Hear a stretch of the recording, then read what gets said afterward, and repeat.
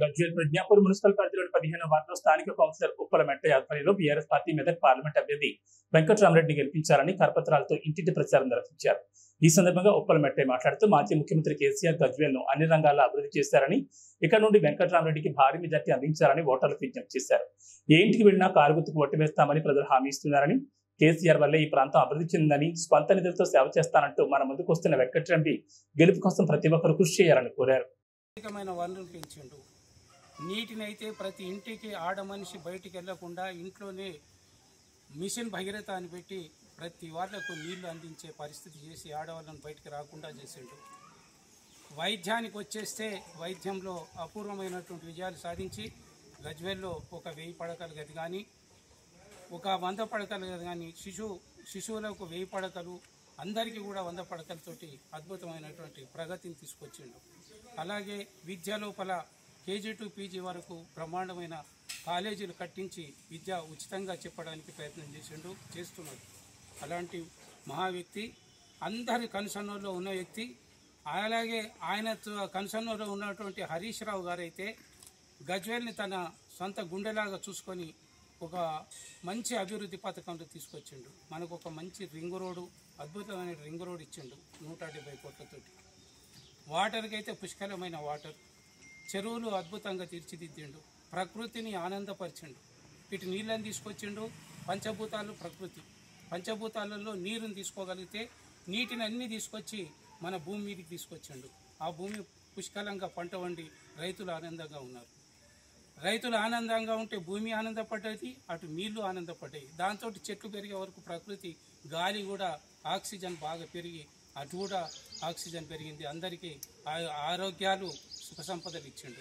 ఆ ఆక్సిజన్ తోటి ఏమైంది, ప్రకృతి లైట్లు, కరెంటు, అగ్ని, కరెంట్ అయితేనేమి అసలు కంటి చూపు మేరకు కూడా పోకుండా కరెంటు ఎప్పటికి వచ్చేటట్టు ప్రయత్నం చేశారు. అందుకే ప్రకృతిని సంతోషపెట్టిన వ్యక్తి ఇవాళ ఇంకొక మనిషి వచ్చింది కాబట్టి ప్రకృతి ఆయనకు వికృతిగా మారింది. ఆయనకి ఏ పనులు చేస్తలేవు, నీళ్ళు వస్తలేవు, కరెంటు చక్కగా ఉండలేదు. అసలు చెప్పడం హామీలు అయితే అద్భుతమైన హామీలు, ఏ హామీలు నెరవేరలేదు. ఒక్క బస్సు తప్ప. అందులో కూడా ఆడోళ్ళు కొట్టుకున్నాడు. 10 బస్సులు నడిచే బదులు 4 బస్సులు పెట్టిండు. ఆ 4 బస్సులలో చెప్పులతోటి కొట్టుకున్నాడు. మగవాళ్ళకు వాళ్ళకి ఇబ్బంది. ఇంకా తర్వాత ఒక్క ప్రోగ్రాం కూడా చేసింది లేదు. అందుకే జనము అపూర్వమైన స్పందనతోటి మంచి మెజార్టీతోటి ఇచ్చి మన గజ్వేల్లో వెంకట్రామరెడ్డిని గెలిపించే పరిస్థితులు ఉంది. వెంకట్రామరెడ్డి ఎటువంటి వ్యక్తి అంటే కలెక్టర్గా ఒక మంచి ఉత్తీర్ణుడు. ఆయన ఏం చేసిండు, మంచి కలెక్టర్గా ఉత్తీర్ణుడై గజ్వేల్ ప్రాంతాన్ని అంతా తెలిసిన మంచి గజ్వేల్ని ఒక డెవలప్ చేసిండు. 100 కోట్ల అంటే మామూలు కాదు. ఇండియా లోపల ఏ ఎంపీ కూడా పెట్టింది ఒక 100 కోట్ల రూపాయల ప్రాజెక్టు అది పెట్టి బీదవాళ్లకు మంచి చదువు కోసం, బీదవాళ్ళు అభివృద్ధి చెందాలి, బీదవాళ్ళు మంచిగా చదువుకుంటే ఉద్యోగాలు వస్తాయి, బీదవాళ్ళు మంచిగా చదువుకుంటే అమెరికా పోతారు, ఇంగ్లాండ్ పోతారు, ఆ కుటుంబం బాగుపడుతుందని విద్య కోసమని 100 కోట్ల ట్రస్ట్ పెట్టి దాన్ని ముందుకు తీసుకొస్తుంటారు. అలాగే ఎవరైనా పెళ్లి చేసుకోవాలనుకుంటే ఒక మంచి ఫంక్షన్ హాల్ కట్టి, కాన్స్టిట్యున్సీకి ఒక ఫంక్షన్ హాల్, ఒక 5 కోట్ల రూపాయలతో ఫంక్షన్ హాల్ కట్టి, ఒక్కటే రూపాయితోటి వాళ్ళకు ఫంక్షన్ హాల్ ఫ్రీగా ఇస్తా అని ముందుకు వచ్చిండు.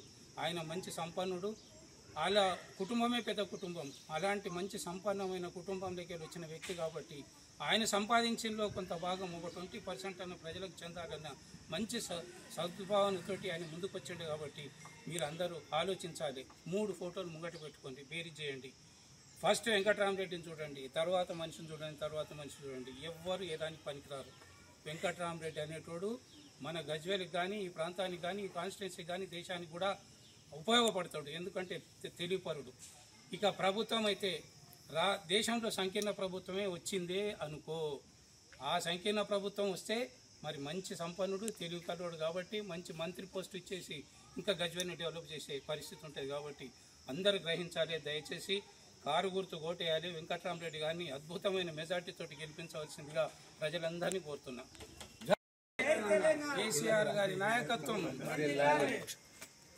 నిజంగా చాలా ఆనందం.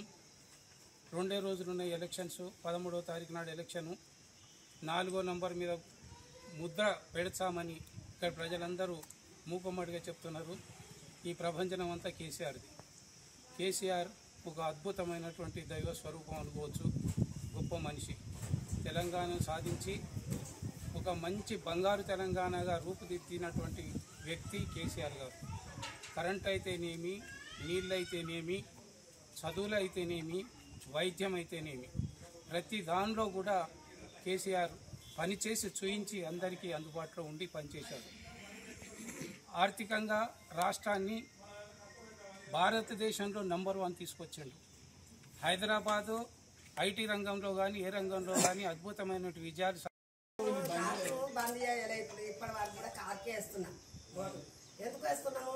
నీళ్లు తెచ్చిండు కాబట్టి, మనకు అవకాశం మంచిగా ఇచ్చిండు కాబట్టి, మనకు భూములు పోయినందుకు కూడా అసలు ఇచ్చిండు.